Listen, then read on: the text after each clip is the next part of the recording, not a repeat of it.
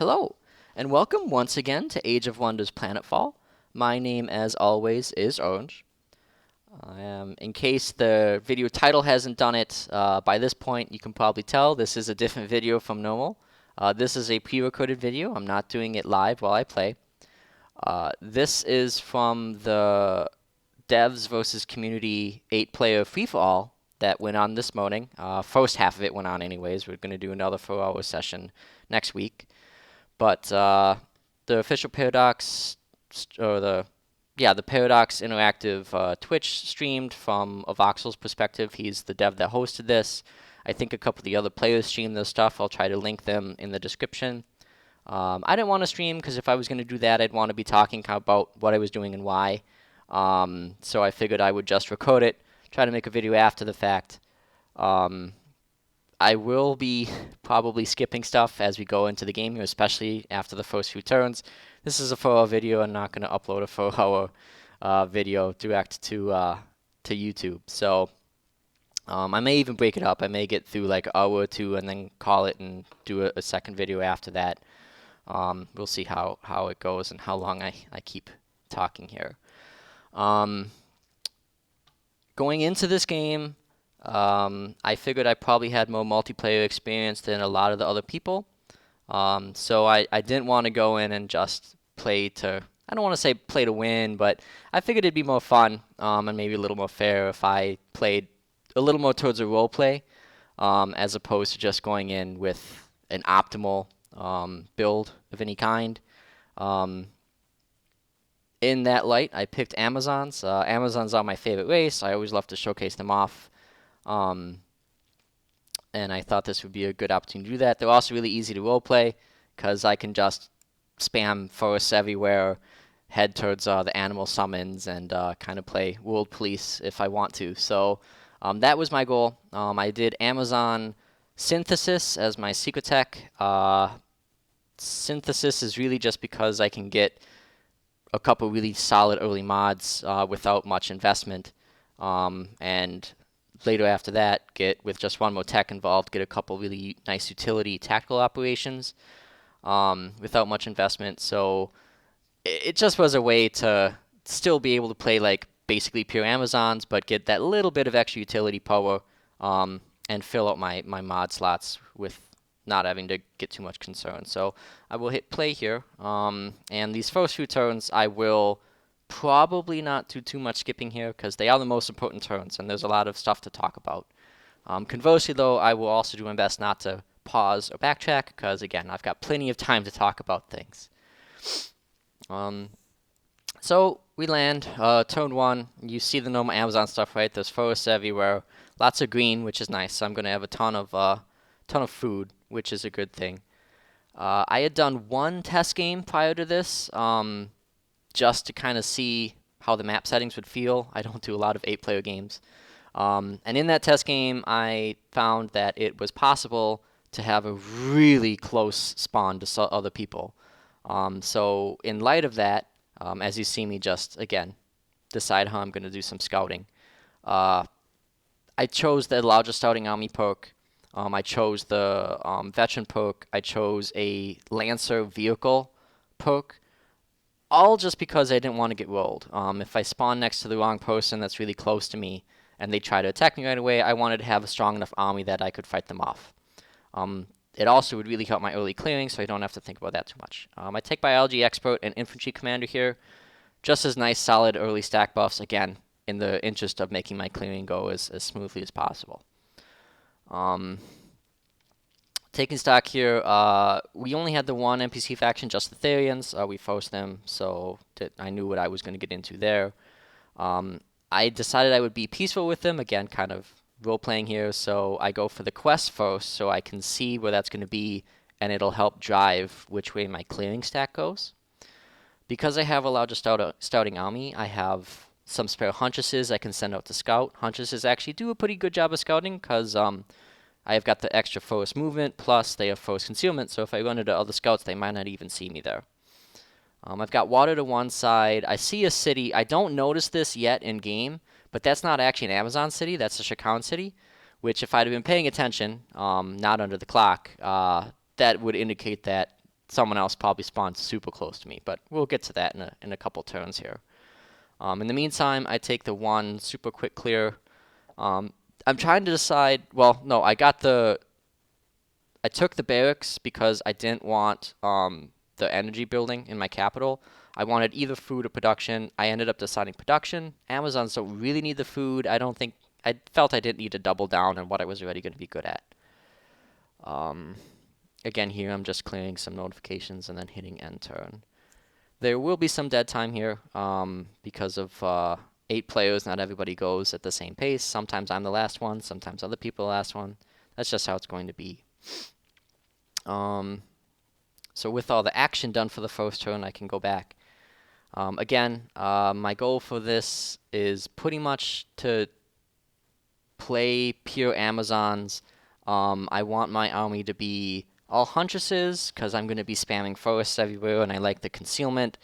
And then I'm going to head towards animals, the summon operation for 2 or 3 animals. So nothing that I think is super powerful, but it might be fun. And there's a kind of build here. I think Lancers I always think are the stronger way to go for Amazons over Huntresses, but we'll see how it goes. Or you'll see how it goes in a couple hours here, how the Huntresses go. This was an interesting decision here. If I wanted food or the mod, I took the food because my capital was it would pop if I took that food from size 3 to size 4. It doesn't show here because, yeah, there it goes. One of the other players was making a decision on something, so it takes a while for the game to update that. This way I can immediately pop that extra sector. I've got a research building nearby. Plus that's a double food, so it's really going to turbocharge my growth. As far as scouting goes, I'm just going along the water. I like to scout along coastlines. This is a continents map. Coastlines are very good for you can pop on and off the water to avoid marauders killing your scout. Plus there tends to be a lot of goodies there, and it's nice to have the general lay of the land as much as possible. I see another neutral city, which is great because that's already the direction I'm clearing into. I feel I have a pretty strong clearing stack, so I'm probably going to be able to knock that one over. I'm still assuming that city that I see is my one I'm going to buy with influence. So this one I think is just lucky. And it is just a lucky spawn of another city. Tech-wise, again, here I'm deciding how meme I'm going to go. First rule of business is to get the forests. Then I decide to take just the mod tech and then go immediately into the hard tech for spawn. I probably shouldn't do that. I should take the second tech in synthesis for the better operations, but I'm going meme. For society, I just go for the early colonizers, and then I figure I would think about it. I don't know if I'm going to want to go deeper and get an exploitation tech right away, or if I think I'll want one of the doctrines, is the decision I'm trying to make on that. Looking at my capital here, I'm only a couple production away from that scout, so I'm pretty sure I buy it right away here. Exploitation-wise, it's a double food, so I'm thinking of maybe something else, but I ended up just saying, no, I'm going to take the double food because I'll make just pure population growth my focus as far as economy goes, which I don't think that's the best way to go always, but I figured this would be a little longer game and there'd be more time for food to pay off.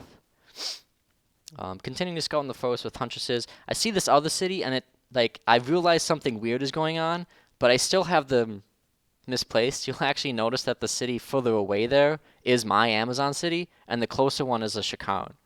And it hasn't occurred to me yet what that might imply. This city to the north is, again, I think just a lucky spawn. There's no one up there for that to possibly be.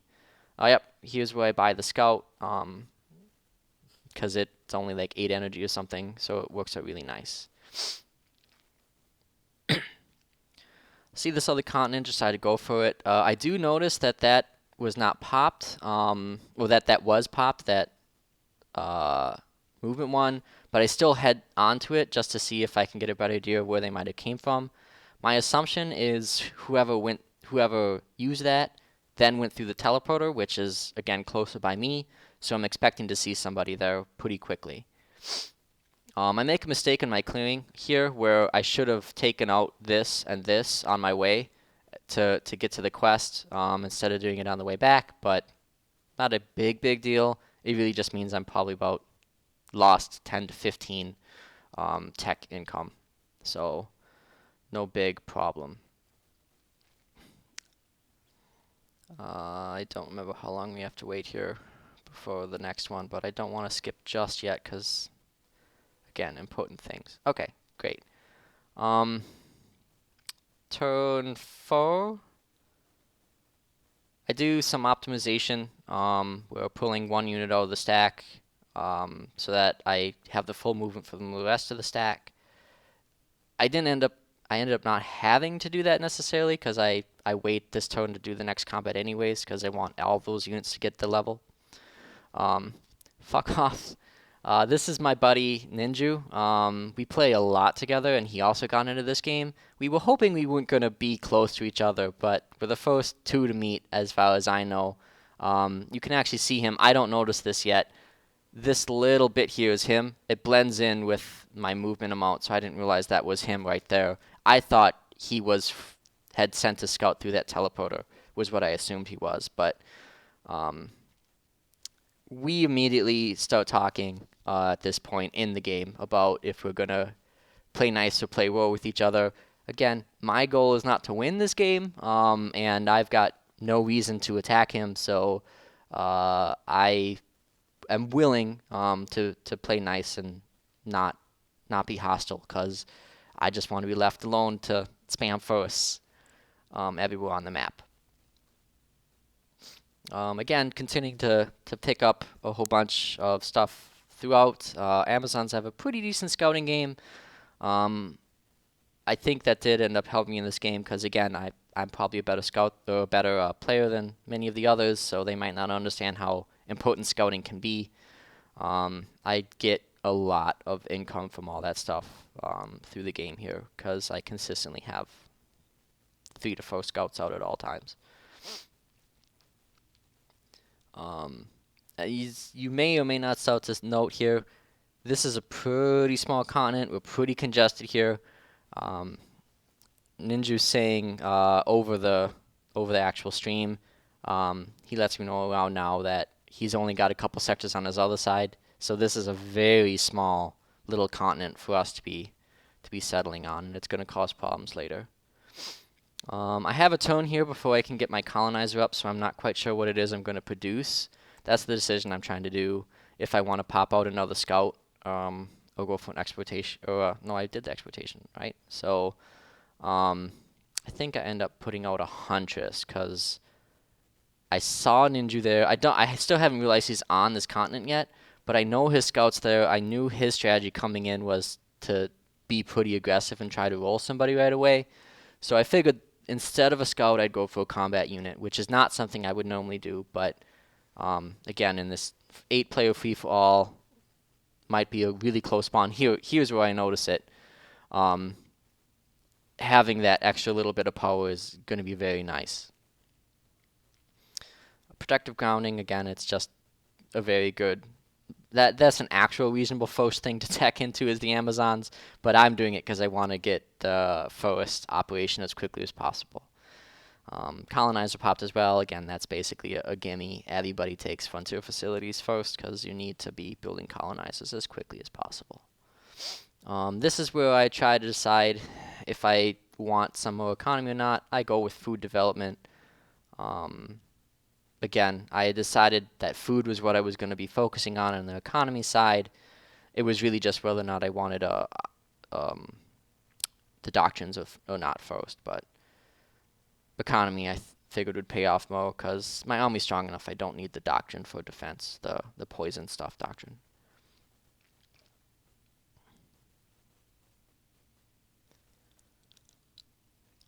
Taking some of the obvious clears. I do kill these units just for extra XP.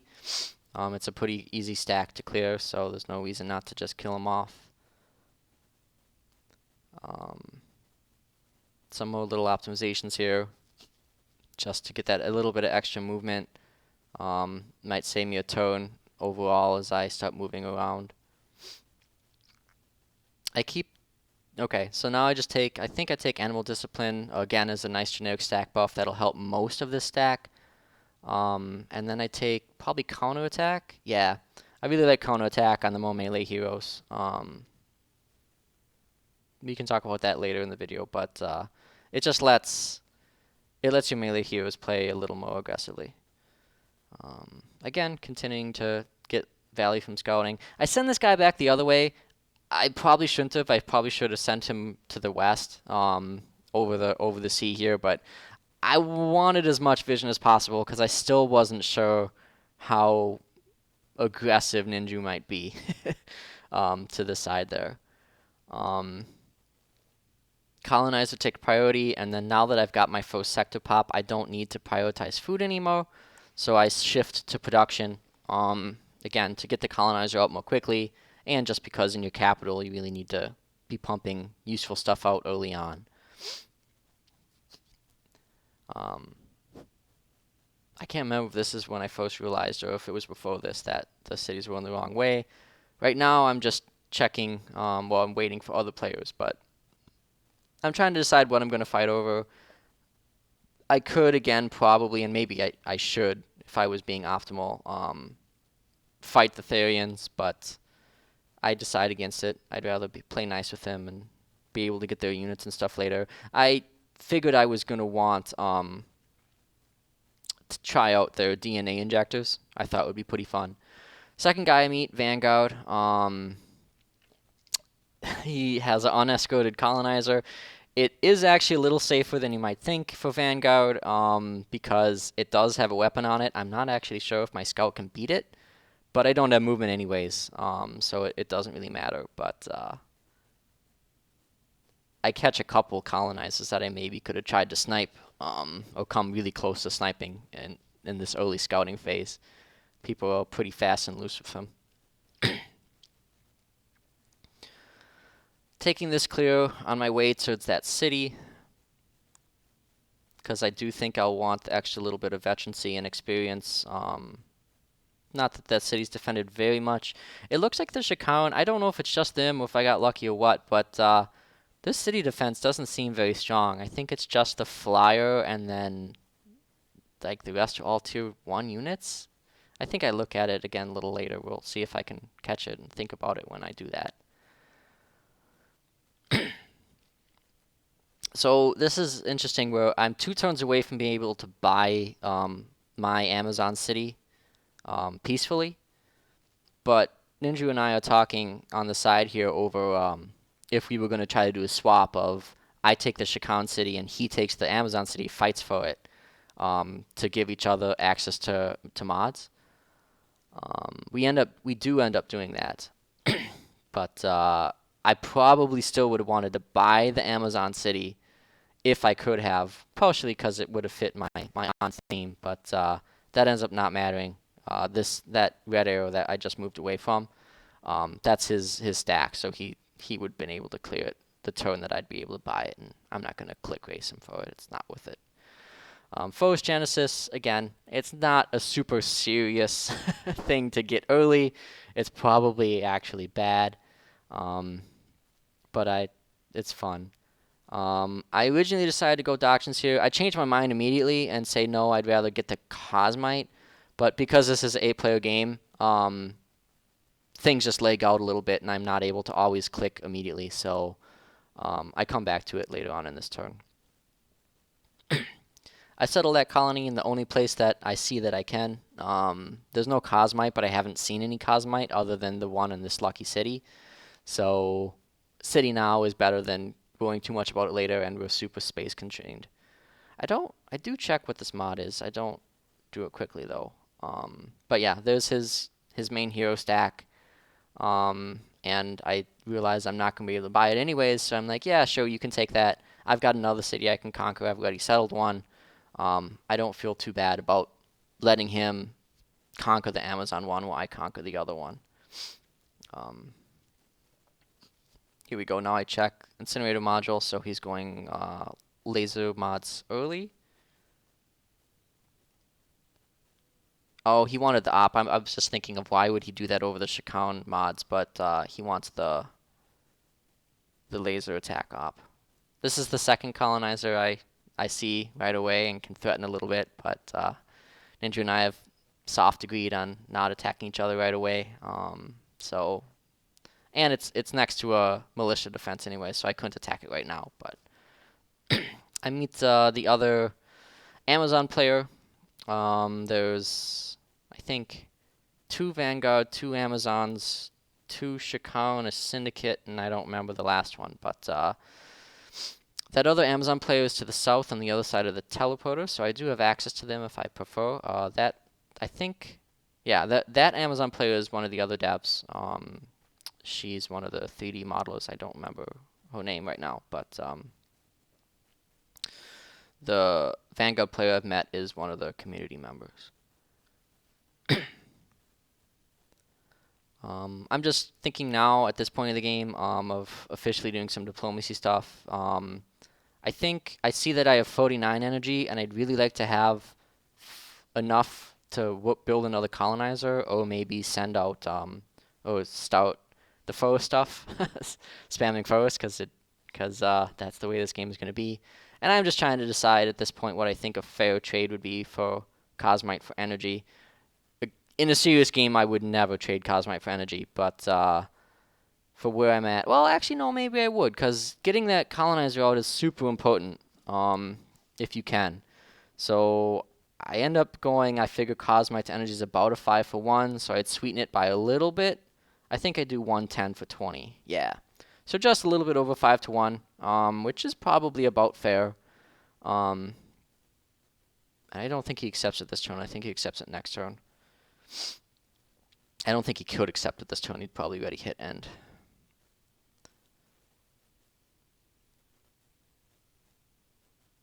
I think about the builder. I don't think very hard about the builder.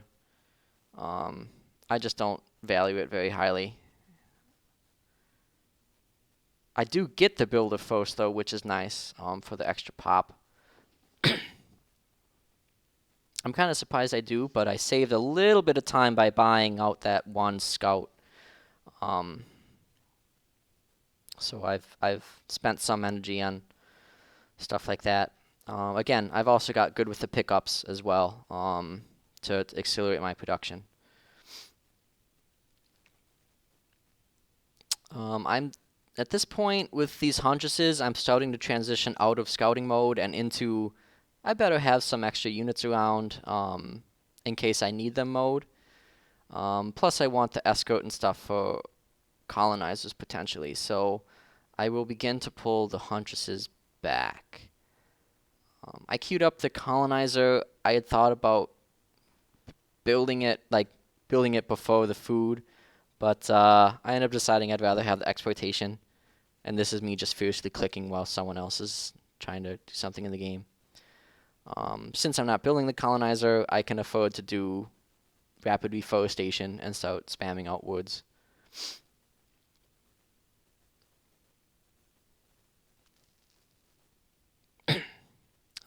And again, just a minor little optimization stuff here. Always try to put my huntresses in woods. At this part of the game, no one has detection mods, so Ninja has no idea what I may or may not have around. I turn on tactical operations just in case the AI thinks it needs to use them. It doesn't, because again, that stack seems a little weak. I just debate whether or not to attack that. I'd rather wait for a turn for some of this stuff to get some healing. I don't want to lose that Lancer. I do make a mistake of that I don't this turn click on that colony and then have it become a colony. For some reason, I thought that the game would do that for me. It doesn't. I look to threaten this, but threaten this colonizer. Again, I'm not sure I could take it anyways, but at the very least, this guy has to move around and kind of get intimidated by my scout right next to his colonizer. So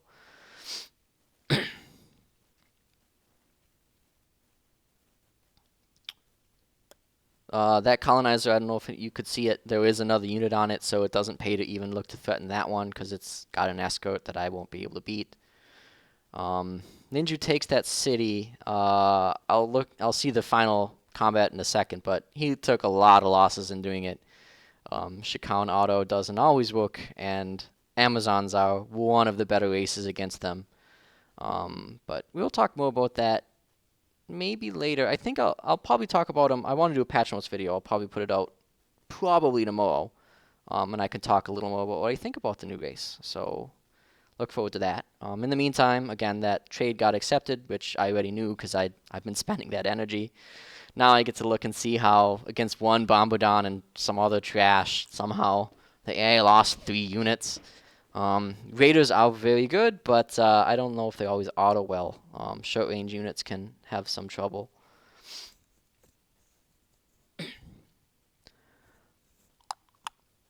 Now I'm just thinking here about, I never play free for all. It's always teams with everybody starts at war. So I'm actually trying to decide what I want to do for real diplomacy. I want to formalize the non-aggression between me and Ninju here. And while I'm at it, again, on theme with Amazons, I send the same non-aggression to the other Amazon player to keep up with my little role play. I eventually sent her a message as well. I don't remember if it's this turn or next turn. I think it's next turn.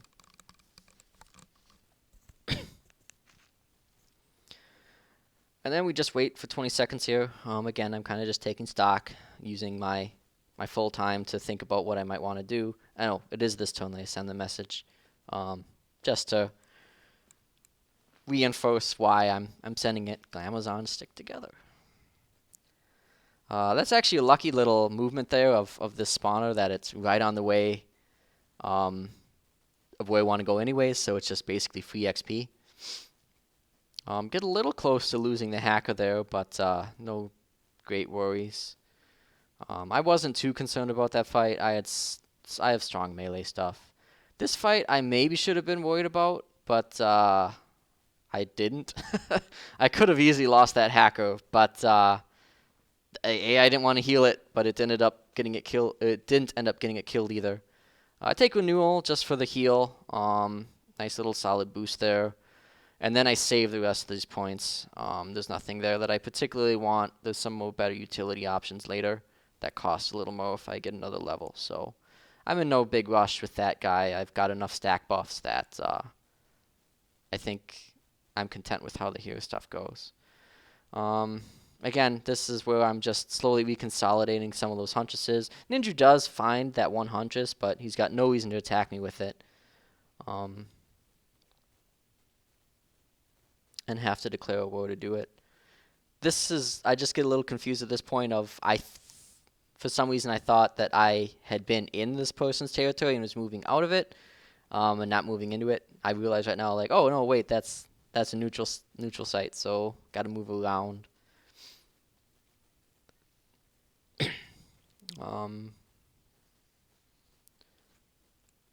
Nothing super big here, just, again, minor. Double checking I've got the city on food. Double checking I've got the production I want. I think one of my non-aggression packs gets done, and I finally catch that colony to turn it into a real city. Which, I should have done last turn. Maybe even 2 turns. I don't remember how long it's been sitting there. Last turn. Just the one.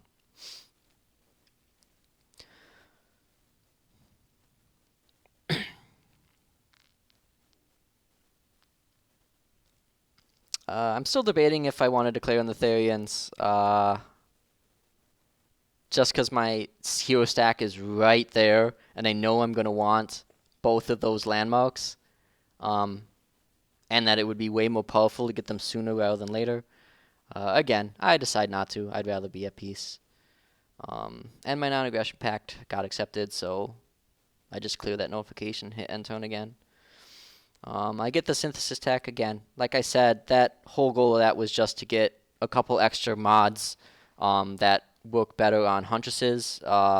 Very cheap evasion stacking. I'm going to have 30% evasion on my Huntresses, which is just strong.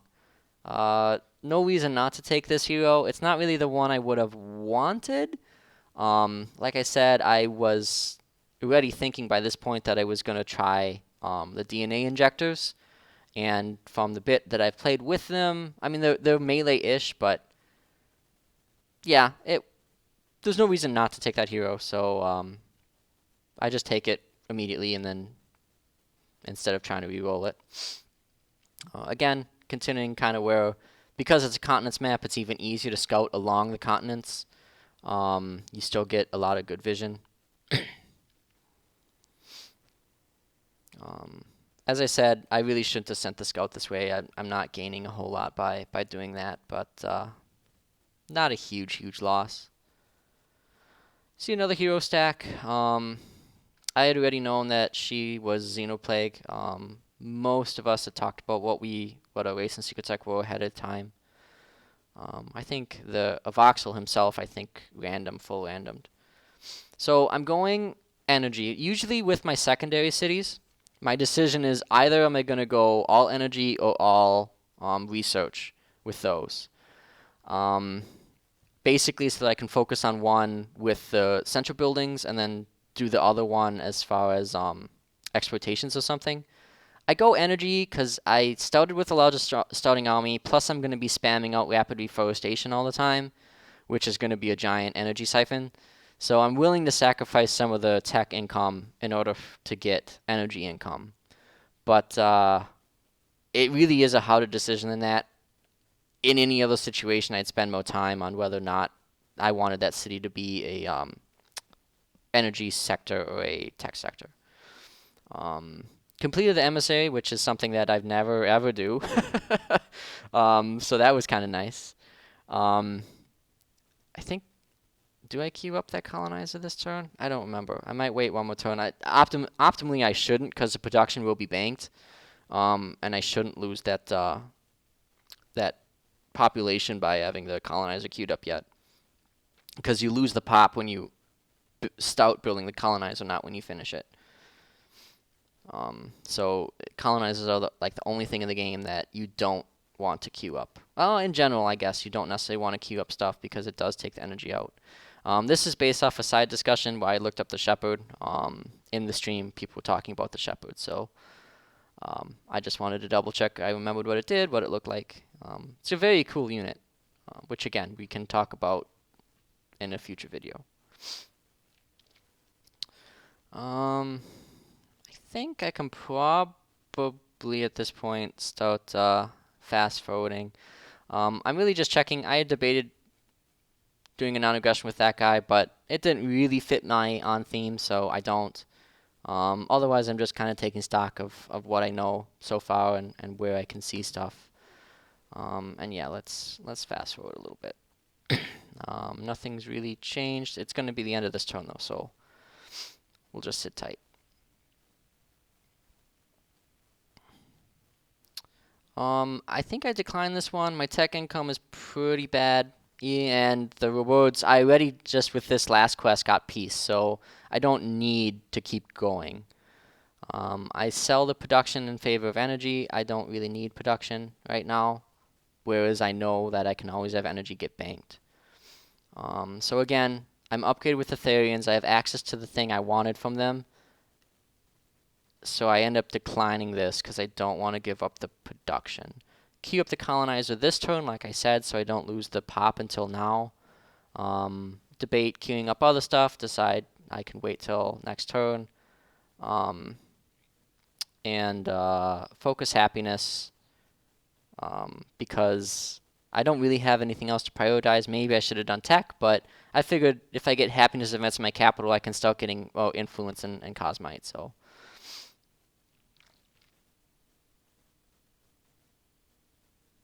Decline. There we go.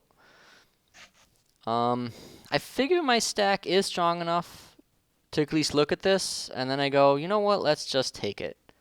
And then I lose my pig, which is sad. But I knew I might lose something. I did want that ongoing influence income though. And I am strong enough. I don't feel too bad about losing an animal. It's not one of the ones that evolves or anything. So it was an acceptable loss. Finally, I have the chance to buy out the settlement. I can't settle it in place because notice how congested we are. This is why I had those huntresses there so that I could immediately escort this guy. So I send the Huntresses out. I think I keep the hero back if I remember. Yeah. Again, just as well. No, I'm gonna send the hero to my main stack. That's why. Without a better option, I'm gonna send that colonizer through the teleporter and try to settle it there. Um, right around now is probably when I should have realized that I don't have a great place for that settler I'm building or that colonizer, so I shouldn't be building it. I don't realize that.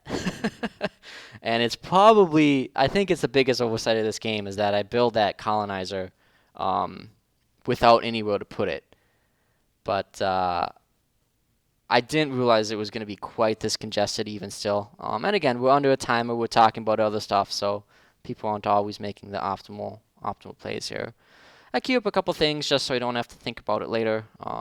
Get the happiness building everywhere I know I'm going to want it.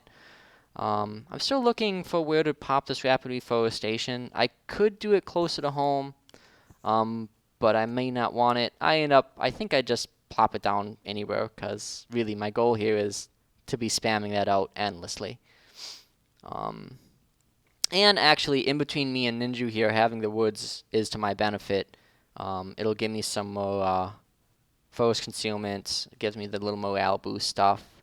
That one is probably not a total waste to be putting that forest there.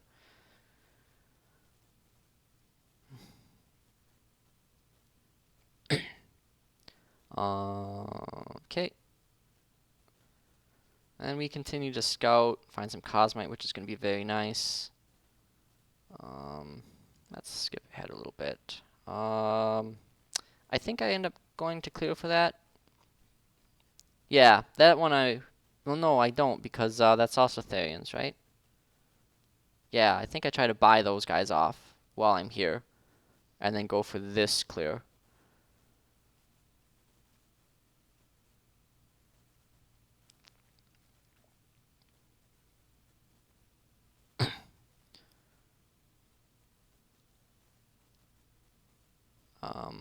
This here popped another level, so I can take Assisted Breach, which is very good and strong.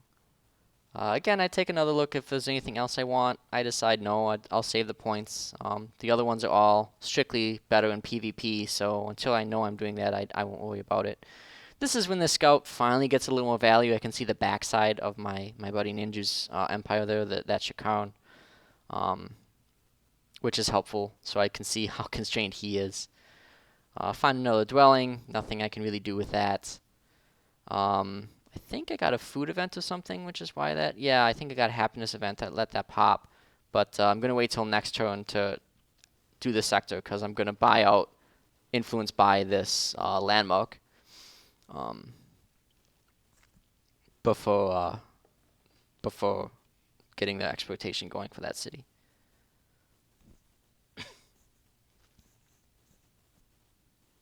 Well, that was knowledge. I don't know. Maybe it just grew that far. It's hard to pay attention off just the recorded video here. This point, I'm checking if I want to start modding anything because I have the energy and cosmite. I think I end up deciding why. I've been clearing just fine without mods, so that energy and cosmite isn't going anywhere. I might as well not spend it until I know I need to. And let's fast forward through this. This is now the next turn. My capital sector popped, and I would like to expand into one of those landmarks, but I don't know which one yet, and I don't really have a unit around that can buy them out. This is where I'm checking how much it costs for the DNA injector and just what the Therians give me. I look at enhanced limb augments. I think I end up saying meh, don't really need it. I thought about a bouncer or even the prowler injector, but really what I want is the bouncer injector, so I'm gonna wait here and not buy anything.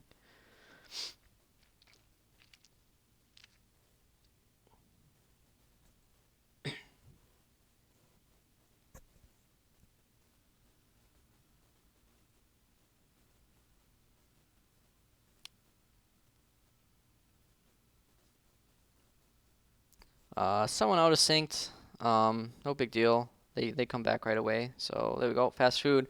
I buy this out like I said I was going to. I think I use my Lancer, yep, to do it. And then immediately annex it.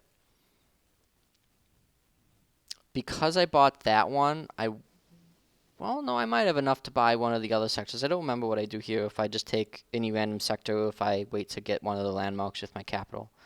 So I go through the teleporter, and then I immediately realize that other Amazon settled right there. This just did it this turn. I was going to settle there right next to that teleporter, and now it's like, well, where do I go? I have a colonizer and nowhere to put it. And I just built another colonizer of nowhere to put it. Which is unprecedented to have two colonizers, and this is again I'm freaking out of how can I have two colonizers and literally nowhere to settle with them. For now, I just put that one out of the way, and then I hope that eventually I'll be able to send an army with it to go across a continent or something, or go across the water to a different continent. But I was extremely frustrated by that turn of events. Again, I wait to clear this because I want all my units in that stack to get the veterancy bonus. Catch Recreational Dome because it's cheap and easy to get. Look at this guy and go, well, I guess I go back through the teleporter to the other side because I'm not comfortable going through her lands to get to the other side of her lands to settle a million miles away. Not with just a non-aggression pact. If we were allies of some sort, maybe. But yeah, that was a very frustrating development right there. And again, scouting continues. Just trying to find the edges of continents, trying to find the edges of empires. As I go through here, once I get the general picture, I also want to contact everybody just to know how far or close away everyone might be, what their situation is, as far as if they're on an island by themselves or not. Again, this city pops, so I go from going for food to other stuff. I think, yeah, normally I just default to, I don't know if I want energy or production, but I don't need food, I don't need, or energy or tech. But I don't need food, I don't need production, so I just down those and let the rest figure itself out. I must be talking here of why I haven't hit enter. Let's just fast forward. Again, this is that same turn, just scanning the map, ending the turn, so this is independence going. And now it's back to me.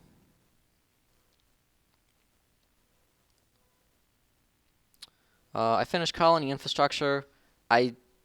At this point, I figure I need aquatic development because I got to get these colonizers off my continent to another continent. And then because I'm going to be so late at this point, I decided to just skip doctrines. I need more operation points so I can continue to spam out forests even faster.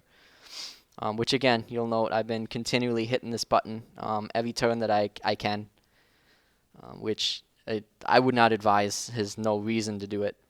I've spent a lot of energy on that for 0 return. So I get the levels. I look around and I'm like, well, there's nothing else to clear except this site right there. But I figure I'm pretty strong, so I will ultimately go and clear that. I send that Huntress out to. I want to buy that that landmark, so I didn't use my growth boost for my capital yet. I waited a couple turns. Sending that colonizer back home because again, nothing else better to do with it. With this leader one, I debate all around awareness. I can mod that, and I think I end up just not taking anything here. I think I just save the points and do nothing. Because I'm willing to mod for cannot be flanked. I don't need it to be a dedicated hero perk. Oh no, I take Warcry. Okay, that's right. Which is fine. This is the second hero. It's likely I'm still going to be able to, I meet somebody here, but With my second hero, it's also probably going to be a stack buffer, or a stack leader, so I do take stack buff pokes on him. I think again, my same opener of biology expert and infantry commander.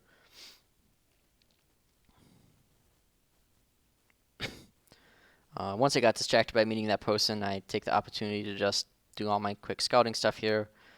I wasn't quite sure with this guy since I have a really close neighbor if I needed him around, but I did trust that I wasn't going to be attacked too bad, and I've got a ton of units in between us, so I'm not worried about getting sniped.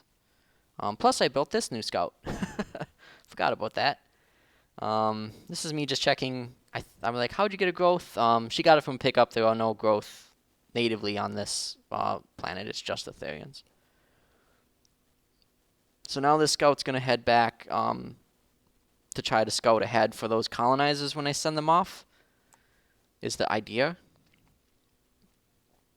And again, I just look towards some construction stuff since I have the time. This city is a little vulnerable, so I figure it'll need the military infrastructure. And then I'm like, well, let's just put that everywhere. Let's spend 20 energy since that's almost done anyways. And then hit end turn. Let's skip forward. Met somebody as they were moving their scouts around.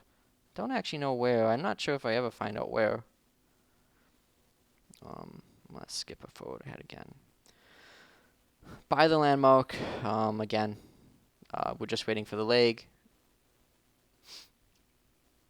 I almost forget to move the unit onto it so I can annex it. I realize right here, no, wait, I have to do that. Don't need the production, take the energy, which I've said before, but that energy is almost always the better choice for most of those things. Maybe if it was tech or something, but production is cheap. I've got more production than I know what to do with right now, even with just the 3 cities. Send the extra huntresses away. Then we take a look at what's in here and how bad I think it's going to be, if I need to level up at all. I think ultimately I decide I'm probably fine. I probably just do nothing with this one. I think I save them. Because I know I want this to be a stack leader. Okay, I do take biology expert just to take it. Do I take vitality 1? For this fight specifically. I do, okay. Smart me. So we're hedging my bets there. This is very weak. I'm not scared of that at all. And again, didn't have to be. Fanatic is 0 use to me. 25 food's okay, but this is just, no. You take the 200 energy there every time. Now, I did clear that, and it's not going to help me. Ninja's going to pop into it the very next turn, but I think I do some negotiations there, which is something, I never do because I don't play free-for-all at all. Everybody starts at war in my games. But I think he negotiates because he can't immediately settle adjacent to me or expand adjacent to me. And I force him to give me some energy or something in exchange for the fact that I cleared that very good 10 food, 10 production site for him.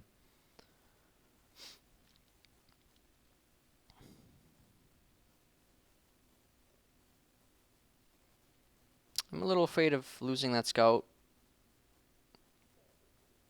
I continue to spam out forests.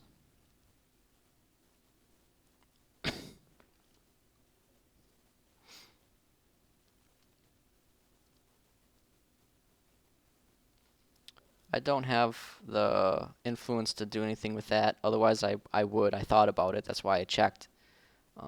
If I could maybe steal a city in my explorations here.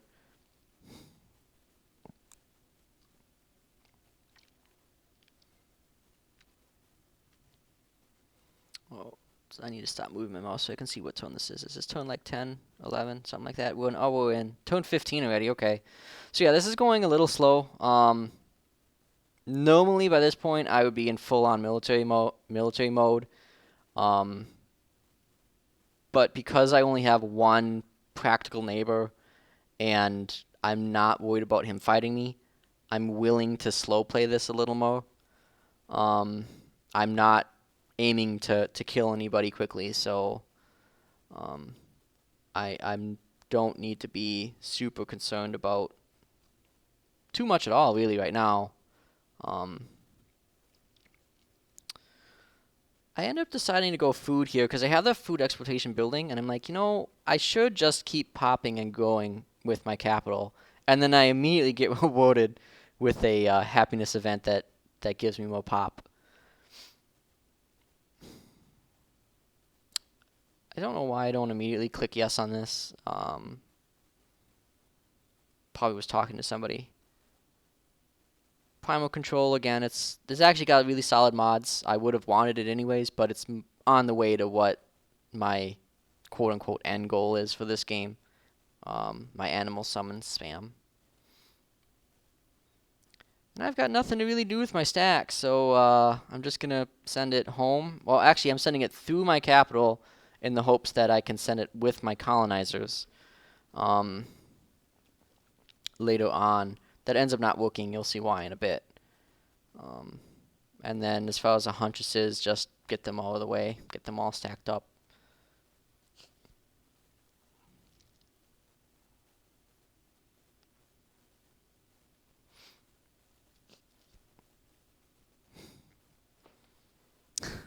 You don't see that ever. A double colonizer stack. Was not happy about it.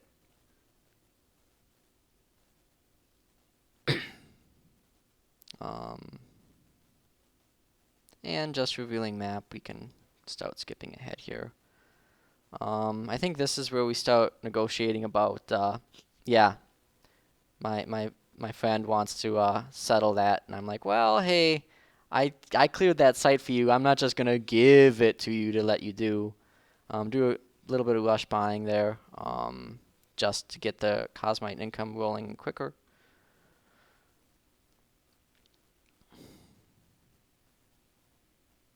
And then that's a Voxel, the other Vanguard player, so he's the dev host. JW is the other Vanguard guy. I actually don't know where Sylvius is, the Shikaran. I met one of his scouts somewhere, but I haven't found him. Again, this is me typing to Ninju because I don't want to talk about over the chat. They're talking about something else at the moment. Actually, now that I think about it, a couple of times I'm talking to a couple other people on Discord outside of this, so some of the times I just kind of go AFK and do weird stuff is because my screen cap is not catching me when I'm tabbed out into Discord. Again, there's nothing special there. And we'll keep going forward. Waiting on the end of the turn. Alright, here we go. So we get a rolled event. And this is a very good one for me. This is food income doubled, which is exactly what I want. Plus, bio and cyborg units are amazing, which is also exactly what I want. So this is a very strong event for me. And I immediately, I hope immediately, switch all my cities to massive food production to just supercharge growth. And again, sending my stack off to try to escort those colonizers. Send the huntresses too, because I've got nothing better to do with them. I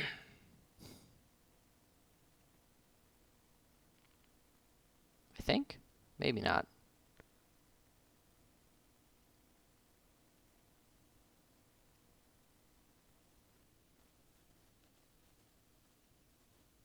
Yes.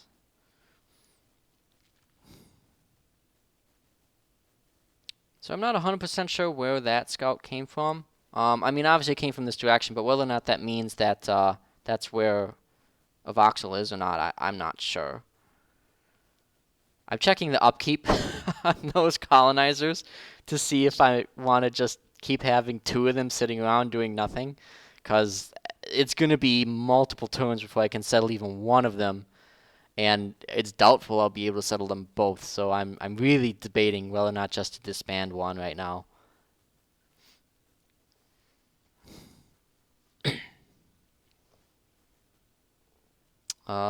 This is where I finally found that Kyoko player. He's just across the way there.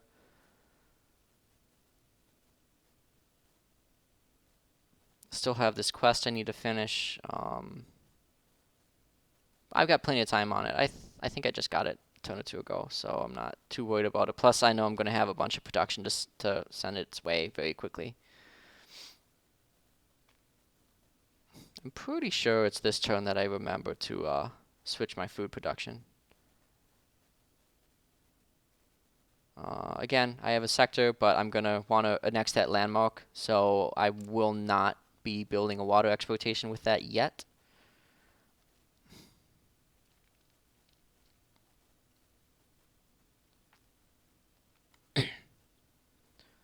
And again, just queuing up stuff. I debate buying out that militia building, but I don't need that income. I do buy out this building because that will actually add up to be quite a bit of influence over time.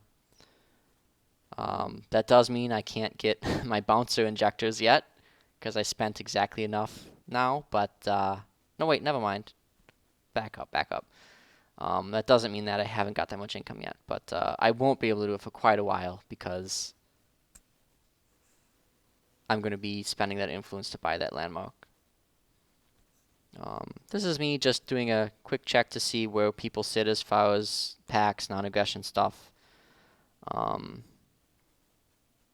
Just a basic diplomacy check with the people I'm worried about. I don't remember if Ninju... So he ends up, it's either this turn or next turn where he declares war on the other Amazons. And me role-playing, that's the only people I care about him declaring on. It must be next turn, I think. And so I break our non-aggression pact, and I tell him he can't do that. But we'll get to that in a hot minute here. I really want to be reforesting stuff that's not on my continent. I want to start being annoying to other people with it. So that's why I click the button to send it out, and then I immediately start looking on the map of, oh, where can I put this? Area surveillance I don't want by itself. I just want to get the ops points that come down the line.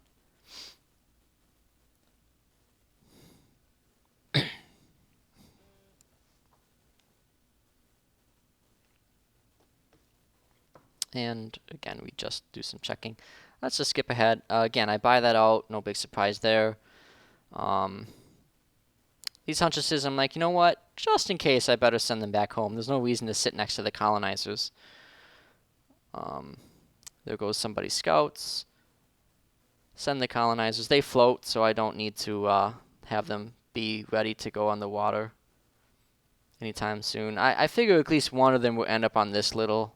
I figure that's the edge of a continent, but I'm pretty sure I'll be able to find a place to settle there. Couple mistakes here of sending scouts onto sites or onto sectors with vision impairment stuff. And I meet the second to last player. This is he's one of the guys that's streaming, Windslayer, I think, as the syndicate. I queue up. No, never mind. This is casting rapid reforestation. I just do it on my own lands because I don't have another sector I can target, and my goal is to cast it every turn as available. Although I think at some point I do take Entangling Overgrowth just to have it in my back pocket, but let's not be this turn.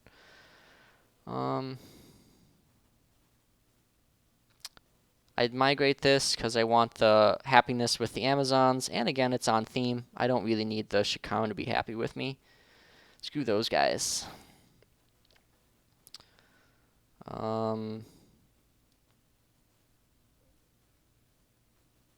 Bunch of happiness events. This must be where I'm like, hold on, I should be optimizing food everywhere.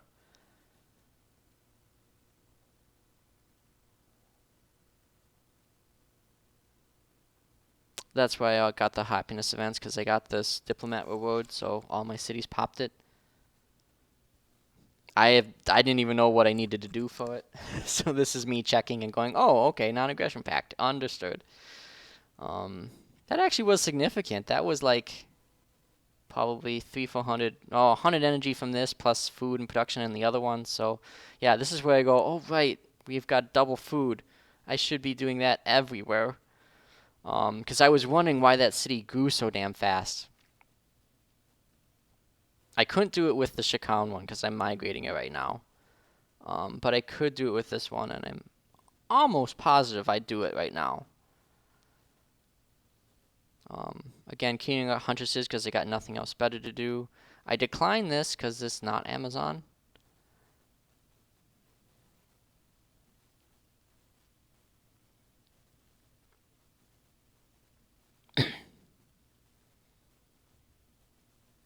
And I hit enter, so I must not have remembered to do food switching. I'm waiting on other people. It's the next turn, so we're back to scouting. Let's just really start skipping ahead quickly. Yeah, there's a lot of kind of in the mid game here, not too much going on. I'm mostly just existing while I'm waiting for tech to slowly accumulate towards the things I really want, and continue to spam out forests.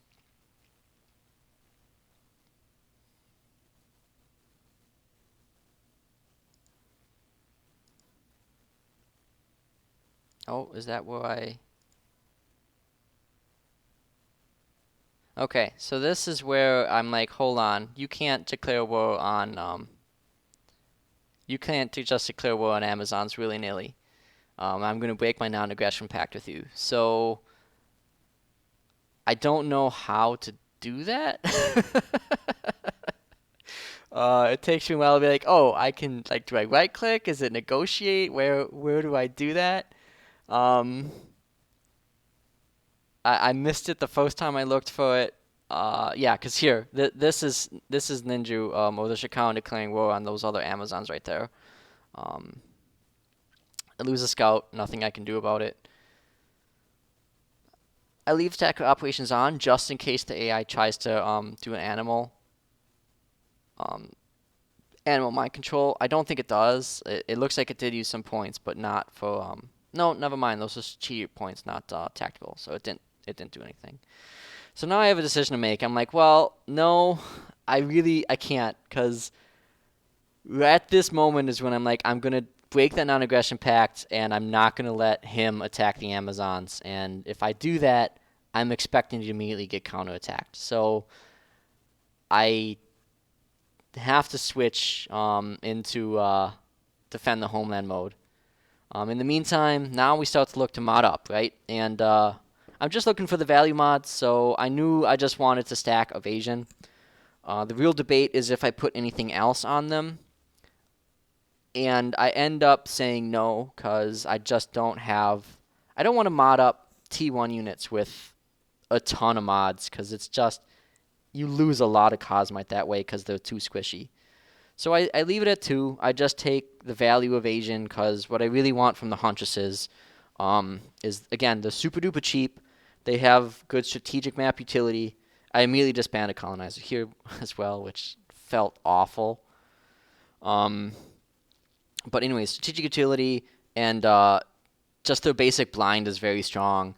And their attack is actually pretty good too. I never really feel like I need a ton of... I do a quick mod check here just to see, yep, this guy's going Shikhan mods and he bought the enhanced limbs. Anyways, I never really feel like I need too much more damage on Huntresses. For a T1 unit, they hit very hard.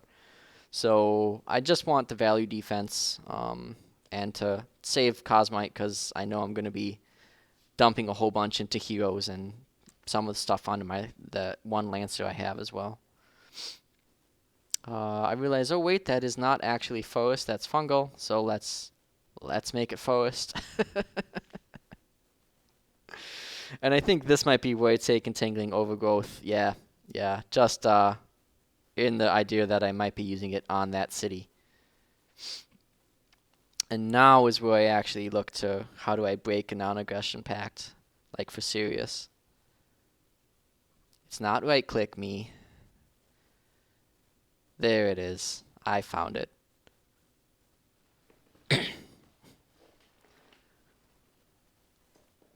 Now, at this point, I have no intention of actually attacking him. That's not really in what I envisioned for this game. Unfortunately, he doesn't believe me. And he knows that if he follows through and actually attacks the other Amazon player, that I will attack him. And having talked to him a bit during the game and after the game, his scouting was really bad. He hadn't met anybody other than 2 Amazon players. So the way that he saw it, he was so space constrained that if he didn't attack, he was going to lose. And he needed to, of the 2 people he could attack, he figured it had to be me, because if he attacked the other Amazon player, he might take a city, but he would lose all his stuff in this land because he just doesn't have, on our shared island here, but because he just doesn't have anything. Again, I've just got a ton of really good value mods. Got to do stagger resist on melee units all the time. Now I'm deciding if I want the extra evasion or what, but my normal is stagger resist, cannot be flanked, and then I take the extra evasion because I also want to just have indentured on everything. On the hackers, I do take the accuracy and crit chance. And on the biomancers, I do take the value evasion on them as well. Just leave it at 1 mod. Not most. The biomancer is so good at its basic support role that it really doesn't need any extra mods to be good. You can have an unmodded biomancer and it'll totally carry its weight in pretty much any fight through the whole game. I want to add the 1 value mod to make them most survivable, and I also want them to be able to get the effects of the synthesis operations when or if I ever get them. So it's a very cheap way to upgrade their effectiveness, both in Cosmite and Energy. So that's the only mod I put on them. I wait on the heroes. I do the units immediately because I don't know how fast I might need them, and it takes time for the mods for them to kick in. But heroes you can mod instantly. So just because I am still teching into other stuff very slowly, but I am. We're waiting for someone to reconnect. Oh no, this is actually maybe the break. Yeah, this is the break. Just because I'm waiting on that is why back up. Just because I don't know what mods I may have, there's no reason to buy the mods now. That being said, I guess I do come back in and at least look at what I want. I don't know if I buy them, but no, I do. Never mind. I guess I didn't care. If I was 100% optimal, I wouldn't need to do that now, but in practicality, I'm not going to get anything different from what I put on there, which is the cannot be flanked, 20% evasion, and then I don't know what the third mod was. I don't remember. Queue up another support unit there because it's the only place I can build support units, and biomancers are very good. Still waiting on that city to be annexed. I'm still thinking about that colonizer of, am I really going to disband a colonizer that, not just 1 colonizer, but disband 2 colonizers, including one I built. Spoiler alert, I actually just do disband it. So that was extremely, that's very hard to do in any sort of competitive setting. But I do, even in this particular game, yeah, again, I'm not playing 100% seriously. I think if in a real competitive game, I would just eat the upkeep costs and refuse to disband colonizers ever. But I don't know if I would ever find a place to put them. There's just not a lot of space in the map, especially space that I'm comfortable that won't die. Couple turns remaining on that pollen cloud, which is good for me. We'll skip forward through some of this. I get my 3rd hero. Defense mode evasion is good enough. Like I said, my plan for a while has been that I wanted to get the DNA injectors. I ended up just taking this hero. Although, in retrospect, I think bounces probably have evasion, defense mode evasion anyways.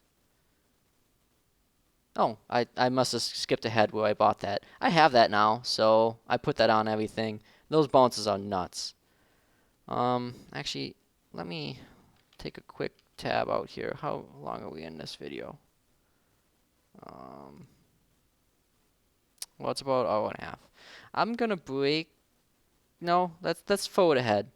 As I just mod stuff up with that third hero. I mod the third hero out for combat. Let's just skip ahead. And get to the first fight. I do some hydro exploitations because I've got nothing else to do. And I'm building combat units because I'm afraid I will die. Just trying to regulate between Cosmite and energy here because I know I'm going to need at least a little bit of energy left over to be able to cast the few operations I have available to me. The other Amazon lady offers me defensive pact this turn, and then I think next turn or the turn after, we just get a full-on alliance. Which, again, I accept both. Scouting at this point is not really thrilling to watch, so we'll skip past that. I'm not going to change this leader to get the bouncer, because the Lancer chassis is just so good, and I like having two Lancers, at least two Lancers. They work really good as a pair. Again, at this point, I believe Ninja will probably attack me. I'm not sure when. Oh, there it is. I know where his stuff is. It's right there. So now it's just about positioning to get the fights I want. I offer him one last chance to say, hey, we can do non-aggression. He declines it. And yep, he just instead declares war on me, which is very good because it gives me a big boost to my public opinion there.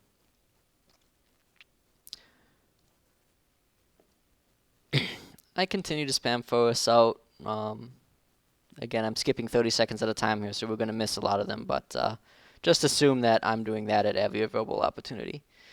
Now I do some emergency stuff here of, okay, I don't need food growth anymore, especially because the event's done. I need production, and after production, I need energy. So I go through all my cities, and I say, okay, first things first is if I'm building units there, I need production. After that, I need energy. Which again, I do a second round of clicks here on all these. I'm just debating on if I want to do some buy nows to really make sure that stuff is coming out on time. Plus, I'm going to be sending a couple huntresses out in here because they're invisible to keep an eye on exactly what the stack is. I thought at the time that was a full 18 stack. It ends up it's not. It's like 12 to 14 units, but I was scared. This I influenced by, and I don't notice that it's Amazon, so it was cheap for me, but I don't notice that there's another guy right there until right now, and I'm like, uh-oh, now what's going to happen? He says he tells me he's going to have to declare if I don't give it to him. I end up selling it to him for energy and Cosmite later on. Again, as I was saying, this is where I start saying I don't need, like, tech is a long-term bonus. I need the short-term bonus of energy, and then I need the production to be building stuff. I think this is probably where at some point here I sell him the city. I think he actually sends the offer to me and I just accept it. This is me deciding if I can afford to fight over it, and I'm like, well, no, I can't. There's nothing I can do here, so.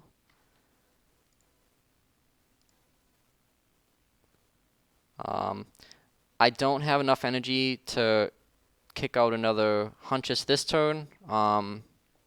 So, well, actually, that's what I want is I really want the militia, and from where he's at, I figure I have enough time to get 2 turns of production and then rush by it, as opposed to building another Huntress there.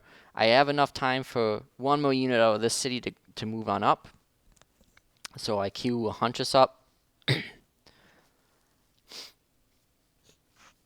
I could probably optimize pop by pop here to do some stuff, but that's not usually how I roll too much. I just do the arrows. Cancel that scout because I'd rather have the energy, and I've got enough units. I don't need the 1 extra flyer. I don't think will make any difference. Double checking his mod lineup here. He's building a forward sector here to just give him a little faster movement and protect his backline. He does have the detector mod on his units, so he can see my hungesses. I identified that a couple turns back, but I haven't. I've skipped past the parts where I would have looked at that. Again, just jockeying for position here. My movement internally is better than his movement through all this mess, so I can choose what's going to show up when. Optimization stuff here too. Again, I'm in emergency mode. I'm not going to build another unit. I'd rather just have extra energy for next turn if I need to be rush buying stuff or make sure I've got enough for operations. I do make a concession, I think, if I stop the first spam for the moment because it won't be helpful. I do have that other operation to hit his food production, but I don't have vision in any cities to be dropping it, so I just have it in reserve for right now. I finally used those last skill points on my main hero. I'm just deciding what's best, and I'm like, you know what? Health is always good, so let's just take that. And we skip ahead. This is where I've seen someone else's monitoring station that I don't do anything about. Again, that city now has been sold. I don't remember what I got for it, but it was more than nothing. I'm moving this scout over to sit.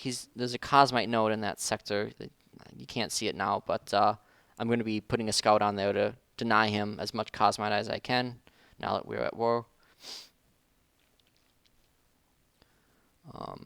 And we can keep skipping ahead here.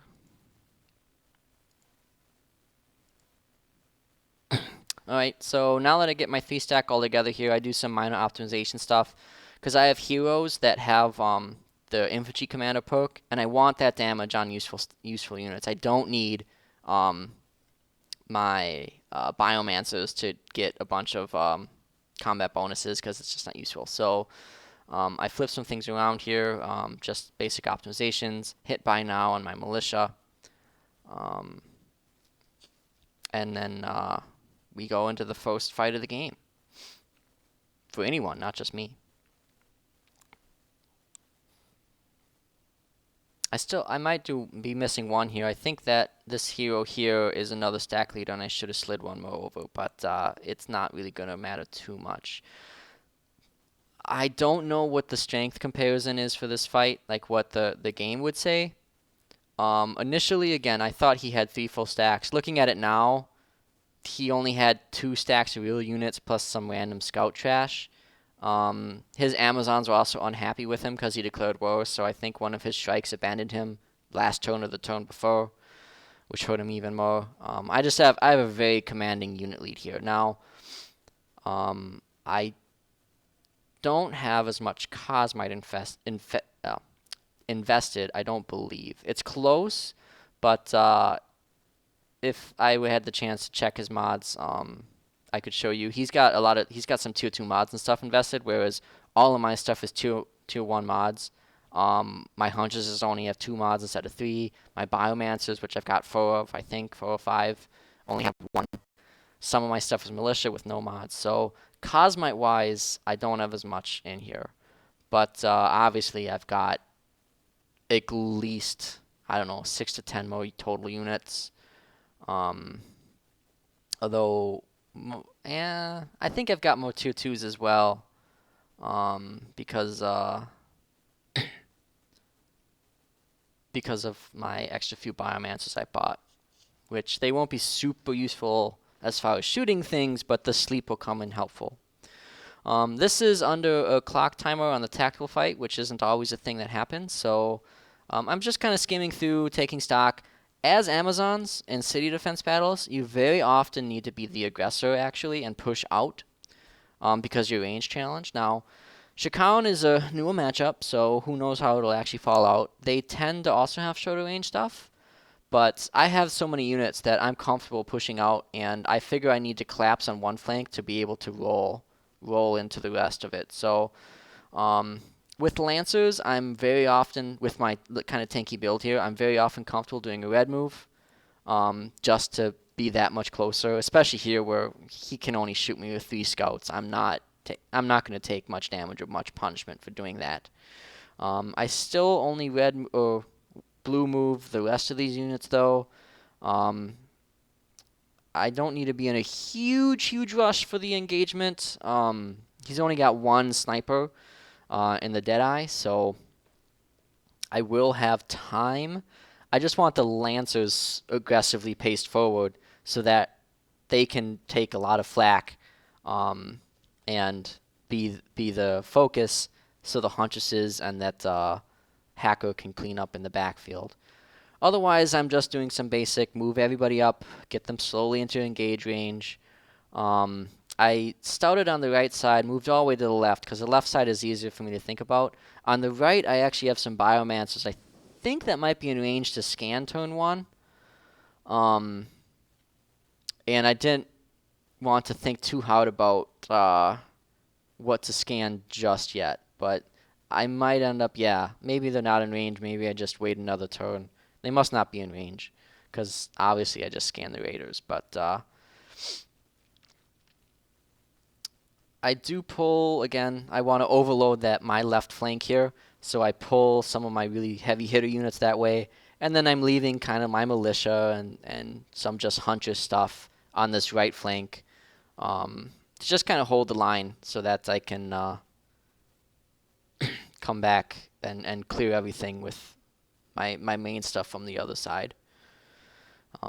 So not too many decisions. Now, I am super clumped up, and I know he's Promethean. I haven't shown that, I think. I've skipped past it, but I know he's Promethean, which means I'm expecting him to probably have that AoE Promethean operation. I actually don't think he does. He never uses it, but he could. Either way, there's nothing I can do. I've got so many units that I'm going to give him good targets at some point to drop stuff like that. But I have the units around that I can afford to take that sort of loss. So I really just need to accept I will take damage, I will take losses, but I need to get in there but so that I can start returning it. He pulls his scouts back in, which is wise because they're going to get annihilated if he doesn't. Takes a pot shot, which, again, no reason not to do it. I probably could have defense mode those guys instead of overwatched. It really wouldn't have mattered too much as far as those sentinels. They're both free. They're militia units. So in a hot second, I think he moves his Infiltrator up and takes one of my Biomancers, which I knew he was going to do. There was nothing I could do about it. Is play with that Infiltrator is to steal a Biomancer and scan my Huntresses. Like that was just a given. So again, nothing I could do to stop that, so I just have to accept it. Will be this is going to be, I figured this was going to be a pretty bloody fight no matter what, because it's all tier 1s, so relatively low HP pools, plus everything's going to get scanned. So everything's going to be taking a lot of damage. And Raiders hit like a truck. Especially if they get a little bit closer than just their max range.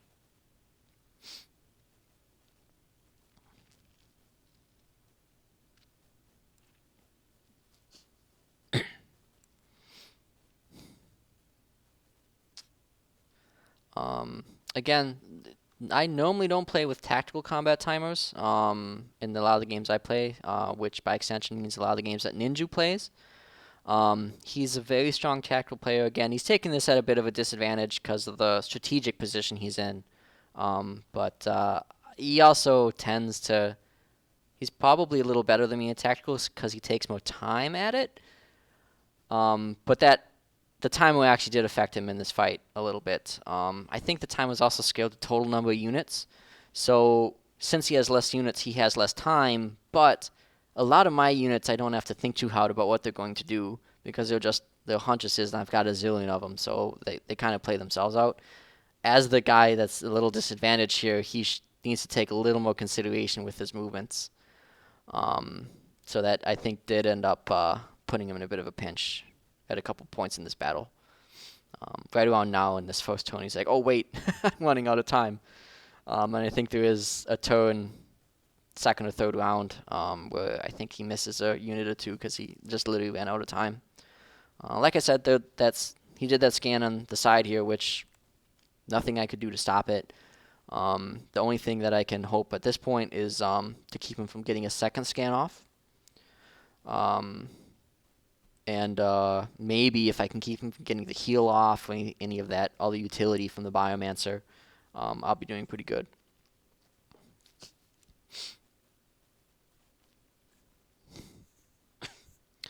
Back to me. Nothing super unexpected. He did come into me because, again, normally I'm with the Amazons, I'm always figuring, oh, I gotta push in, but Shikano in almost as bad a position, especially with her 2-1. I take my easy scan, my obvious scan, nothing really to debate there. And now it's just a question of what am I using to shoot, what am I using to blind. I really want to kick that Infiltrator out of Biomancer mode, because that'll really weaken how effective that unit's going to be for him. I've got plenty of scans in the bag, not a lot of other targets to use with them. And again, I go back to the easy flank here to take the moves that aren't hard to do. I do a second red move into the scout wing here, into high cover. Like that unit is perfectly safe to do that. With my leader, so with my leader, I'm looking and I'm like, I can probably start doing some damage on those scouts, kind of get in position to do some stuff here. So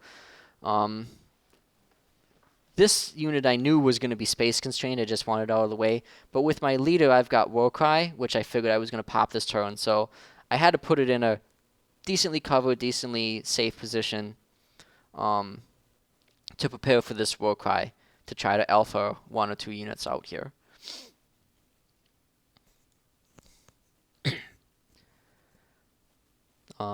Just checking some line of sight and blind opportunities.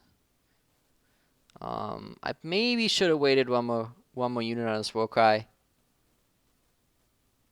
This is me. I always forget if it's left click or right click to cancel out, so I always just hit escape instead.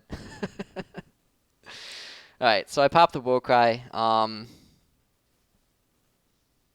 Debating between the stun or the grenade, or just taking a pot shot. I think I do the stagger here. Just to remove more actions, because because of the way the damage is looking, I'm not expecting to get a kill. But if I can just remove a ton of actions, I'll be doing all right.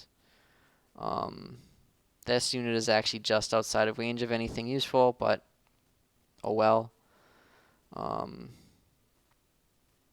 And again, double checking on damage values. I ultimately just, I think, do the triple, the jumping stagger here, but I wasn't super happy with my available targets because it kept wanting to jump to the damn scouts instead of the raiders that I actually wanted to hit. But still, I removed a ton of actions. I'm going to get punished for it a little bit, but all in all, nothing I could do too much about it. This bounce ability you can do every round, so I'm ready for it, man. I'm getting that hero up there ready to go. Should have done this scan ahead of time, but not a big deal. All I lost out was a little bit of damage on that one leftmost scout. Looking in the middle, I'm debating how much I want to push up here. I ultimately am like, I've got 2 sentinels. I will push 1 sentinel forward, use his shield on a unit here that I want to keep alive, and then the other sentinel I'll keep back to keep this sentinel alive. So I really don't want to lose that hacker. It's one of my better units on the field. I don't have a lot of T2s, like combat T2s. Again, I probably should have just done defense mode instead of Overwatch, but hey, if I can restrict his mobility a little bit, I will. And then I think, yeah, I want the extra little bit of heal and taking this on this guy in the front, because it'd be nice if he didn't die. I might want to use the entanglement with him. Still have a scan. Like I said, I had skipped this to come back to this flank at the end. Ultimately, I'm like, you know what? Let's just see. I can't super check the damage values here, but my people are pretty happy with me. I'm probably going to get some crits. I'm going to hit a lot of damage. Let's just scan it and see what happens. And I end up being able to knock that guy out of Biomancer mode right away, which is very nice. This is where I realized, hold on, I can just steal an animal, and I do. I've never successfully used that operation in combat before, so that felt pretty good to be able to just basically kill a T1 and summon a T1. Even though it's just a scout, that's totally good enough for me. That's very cost effective there, considering I only have 2 options for operations to begin with. Again, just trying to take some value blinds as I can get them. Some of these huntresses I'm sending out, if they die, they die. There's going to be target overload here for them, so I have to just give them too many targets to be able to always hit the really good ones. Again, like I said, probably 10-15 minutes ago now, I know I'm clumping up. I know that I'm giving some good targets for operations. What I'm trying to do is minimize as best I can. There's just not much I could do about it. So if he'd have had it, he would have dropped that AoE burning right there in the middle. But I don't think he's got it because he didn't. I just don't have a choice on this map where I kind of want to move out to meet him, and there's just not enough space. That concussion can be nasty. Now, concussion is cleansable, and I get all my actions back. Plus, I've got a lot of evasion, and I've got a lot of units, period. So I know I'm going to get punished here. I'm going to lose some stuff. Recon Buoy is an interesting ability that I want to talk about at some point, but it's better than you might think.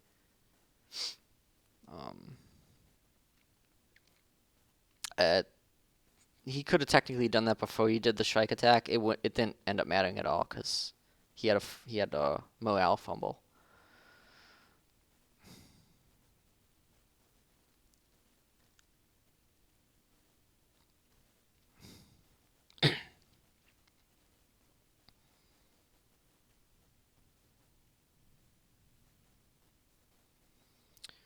At this point, I think Ninju's just checking to see what his odds are at actually trying to kill some stuff.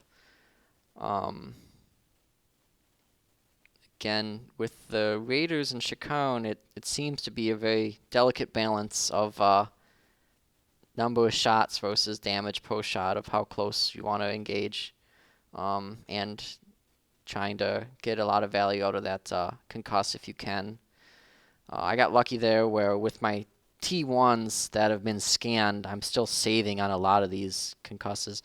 That hurt. That was a big hit. But that was just going to happen here.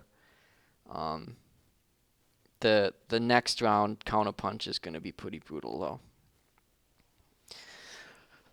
As far as his mods, again, he's got Analyzed. I think he's got the new laser immolation mod, and I think the third mod is the Xeno Defense, which is very good. It's a very strong mod, and it's a little deceptive sometimes too. Ouch. Double ouch. It's deceptive because the damage report reads out with the first shot stats, and your next shots will be lower, even though it doesn't look that way in the original damage report once the Xeno Defense kicks in. He has the hero with the action reset on kill perk that you can get. I don't remember what exact name of it is called, but with the that's the Deadeye's weapon. That's very strong to be able to free action shoot for a ton of damage, and then if you kill it, or not free action, single action, and then when you kill it, you get to single action shoot the same exact attack for full damage. It's a pretty massive force multiplier, I think. Still not my turn. I think at this point, Ninju's thinking probably what operation to use or what he might be able to get another kill on. He took the easy ones in the middle, killed 3 huntresses, but only one of them was modded. The other 2 were militia huntresses, so I don't feel too bad about that. And on this flank here, where my real damage is, he's not done too much at all. He's removed some actions from staggers and concusses, but damage-wise hasn't done too much. And again, he's picked out another militia unit in here to deal a bunch of damage to, because my other ones are a little too far away for him to reach. So again, pretty good for me. I keep resisting these concussions. Well, that was a hero. That wasn't going to happen. But getting a little lucky as far as that goes.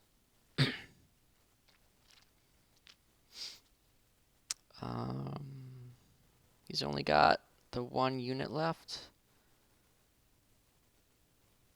Which, yep, he goes in for the best concussion he can get. But it's going to be a little suicidal into that Huntress stuff there. Again, continues to shoot into militia units, which I love to see. And he kills off that one extra Huntress, which, again, little bit of intentional positioning, a little bit of just lucky unintentional positioning, that all the stuff was all my normal militia Huntresses. That always feels pretty good. This is why I love Lancers, because I almost just two-shot that unit. And now we can see the power of the bunny here. Now, yeah, it didn't. I killed the unit, did a bunch of damage. It didn't hit the airborne unit though. It does friendly fire, that ability.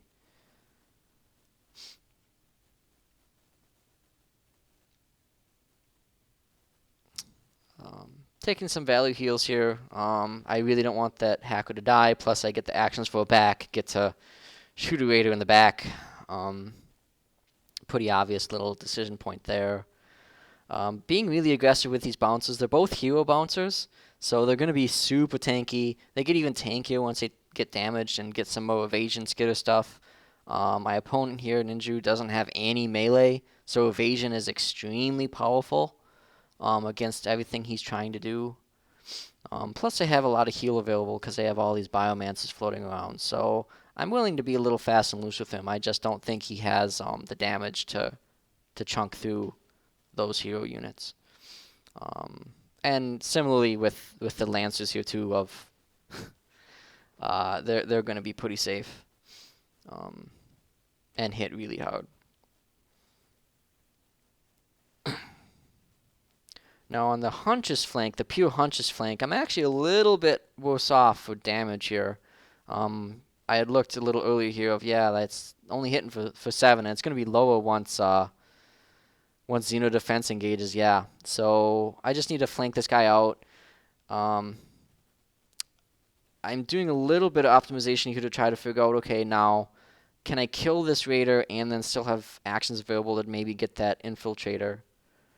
And ultimately, I think I end up saying the Infiltrator can live one turn.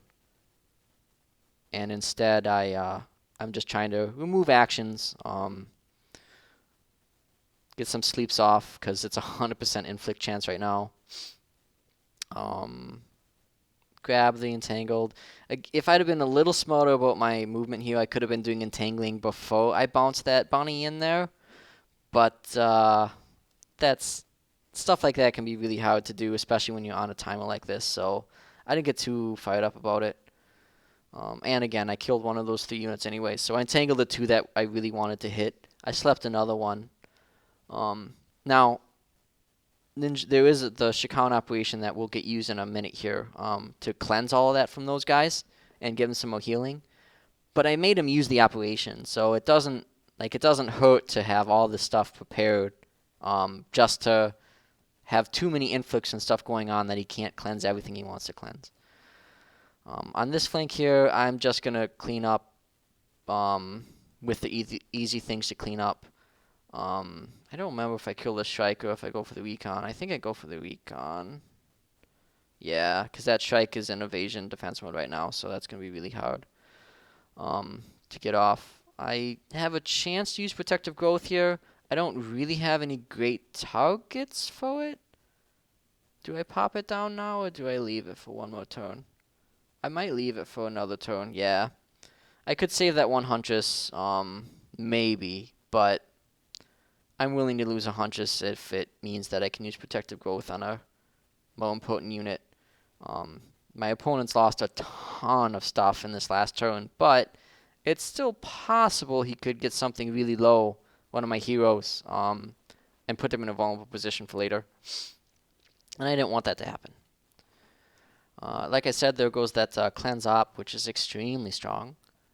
And it also healed all that stuff back up to full. I did get some Stegos off on it, though, so he doesn't get all the actions back. Even if he got the slept one back, so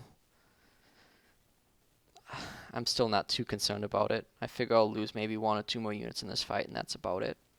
That's what I am figuring. I think that's what actually happens too, but yeah, the Infiltrator actually has a decent primary attack as well. Like, not great, and obviously you can't mod it any better, but single action for high damage is just a solid little utility attack. To be able to clean up stuff like that, units that for one reason or another are almost dead. You can save more important attacks for other stuff. I like the Infiltrator. I think it's a solid unit. Very interesting concept as well.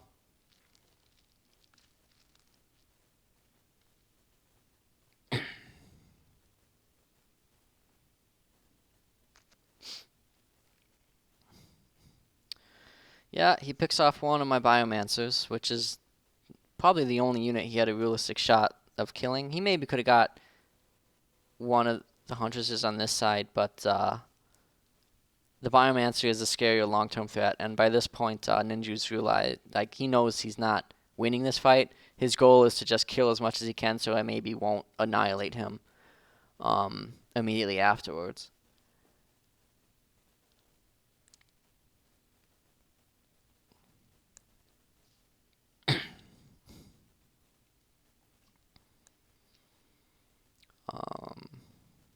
Yeah, I think what's he got? He's got the 2 scouts and the Deadeye still to go for actions here.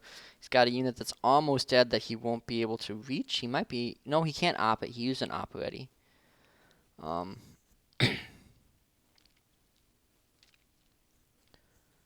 Yeah, I'm not... I think right now he's probably just checking if he can kill one of these 2 Huntresses here with the units he's got left. I don't think his odds are super great because, again... Well, that one's... No, that's Analyze, not Concussed. But a lot of my stuff has evasion, so that Deadeye won't do too good. Neither will that Recon. The Strike might do alright. I'll see, he actually ends up getting a triple hit. And that might be the last unit he kills here, is this Huntress. Misses with that, but finishes up with the Strike. So now it's my turn again. A lot of my moves are pretty obvious at this point. Clean up that Strike, keep working to clean up with that Recon. Although I do some thinking around here of, no, wait, the Strike might need to get some flanking movement on the Deadeye here. So let's not use that action. That Recon is a very low priority to kill. I've got better things to do. Again, be able to leap and bound to get this flank shot off.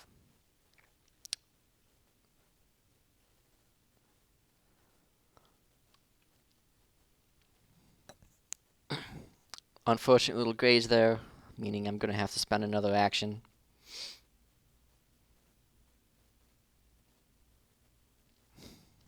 So bounces have actually pretty bad accuracy unless they're right up in your face. But that with that AoE attack, they're so damn good. Plus that hero has Sinister Curse. It's the AoE melee debuff Amazon hero, which is pretty cool. Take a couple pot shots because now I can decide if I want to, clean up that recon with my with that scout that I mind controlled. This is why I wanted to keep that hacker alive, because if I didn't get those grazes, I probably was one-shotting or really close those units. Just crowd control, sleep with the Biomancers, better than the damage. Although I maybe should have thought a little more about my range with these other Biomancers, but I've got heals as well that I might want to be using on stuff.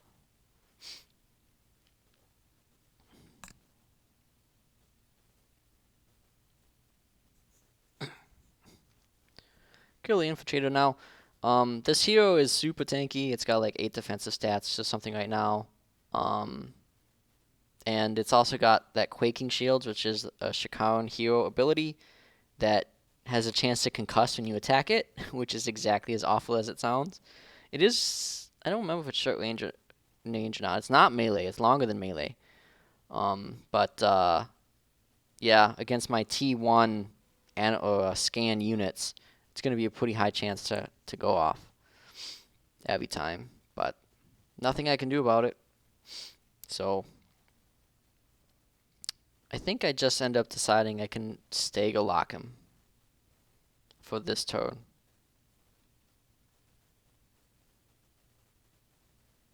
Or do I just... No, I got the blind off, and then I decided that the damage was just as good after that point, because his chance to hit would be really low.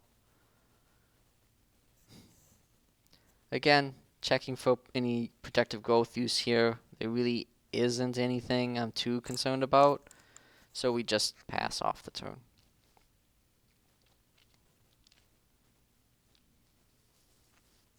Yeah, looking at the displacement systems, which is it's way too good of a mod to get for free for taking what's supposed to be a disadvantage perk, but that's fine.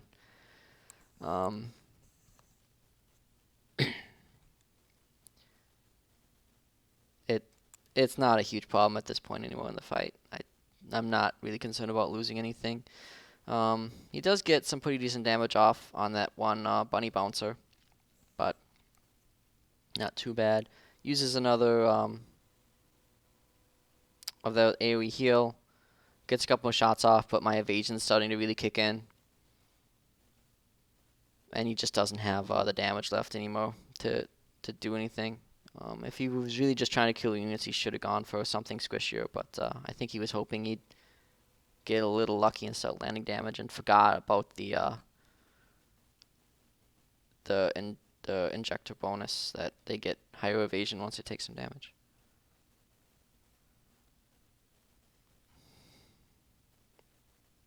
And yeah, from here it's all just what do I hit with what. We can kind of skip past through a lot of this where it's just all cleanup. Interesting parts are done.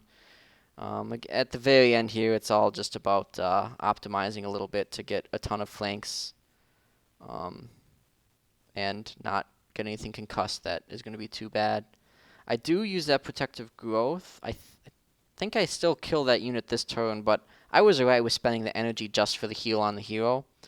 In case after this I was going to go, attack very aggressively. I'd want the healing now rather than later. And yeah, I am able to finish this off this turn. So after this fight, immediately Ninja offers Vassalize. We bargain a little bit. I take that Amazon city that he annexed way back, plus some Cosmite per turn, and Vassalize him. Again, in a more competitive setting, you just kill him, because he's got nothing to stop me anymore at this point. I've got almost three full stacks, plus I can build more very quickly, versus his like 3 units or something, so no real advantage there. I will take a break. I think I will cut this video off here while I just do some quick hero leveling stuff. There is another fight that I'm a part of.